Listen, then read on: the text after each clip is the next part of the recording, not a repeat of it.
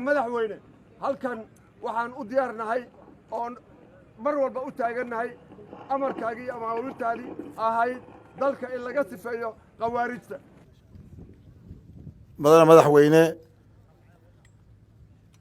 golaha wasiirada iyo xildhibaanada labada heer dowladeed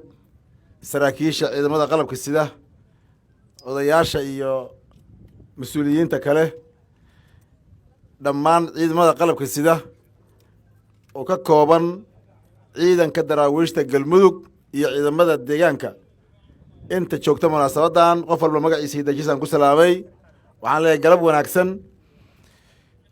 mudane madaxweyne soo dhowow ku soo dhowow galmudug ku soo dhowow degmada wisil warbixintii mas-uuliyiintii horaa bixisay meeshaan magaaladan sidii hore loo sheegay madaxweyne waxay soo weerareen khawaarijtu 26 juun ee 2021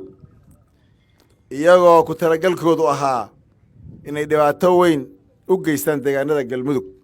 oo ay ka soo abbaareen markaa iyada ah wisil ciidamada halkaan jooga oo isugu jira ciidanka daraawiishta iyo ciidamada deegaanka oo geesiyaasha ayaa gaashaanka u daruuray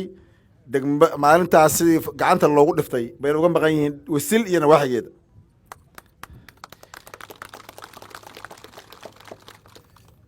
halkaa runtii deegaanka wisil iyo deegaamada u dhow iyo ciidamadan aad u jeeddo waa dadkii maalmaha aan tilmaamayno masaafo dheer marsiiyey khawaarijta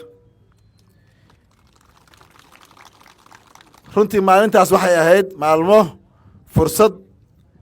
wada jir ah aysan oolin sida maantay calaamaddu ay too kale ma oolin hadday maalintaa jiri lahaydna maantay khawaarijtu dhul badan oo soomaali ay ku dhibaateynayaan kuma dhibaateeyeen ee waa la wiiqi lahaa maantana sidii hore loo sheegay waa diyaar qalabkan meesha yaalla muddadaas waxaa lagu hor fadhiyey oo lagula dagaalamayay khawaarijta madaxweyne maantana waxaa diyaar loo yahay iyadoo garab la hayo baraarug jiro saf lagu wada jiro diyaar la wada yahay reer galmudugna diyaar yihiin walaalaha kale iyo isteedyada kalena ay diyaar yihiin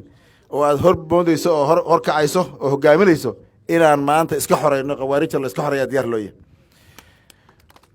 waxay ka mid tahay degmada wisil deegaamada bogaadinta iyo ammaanta gaarkaa mudan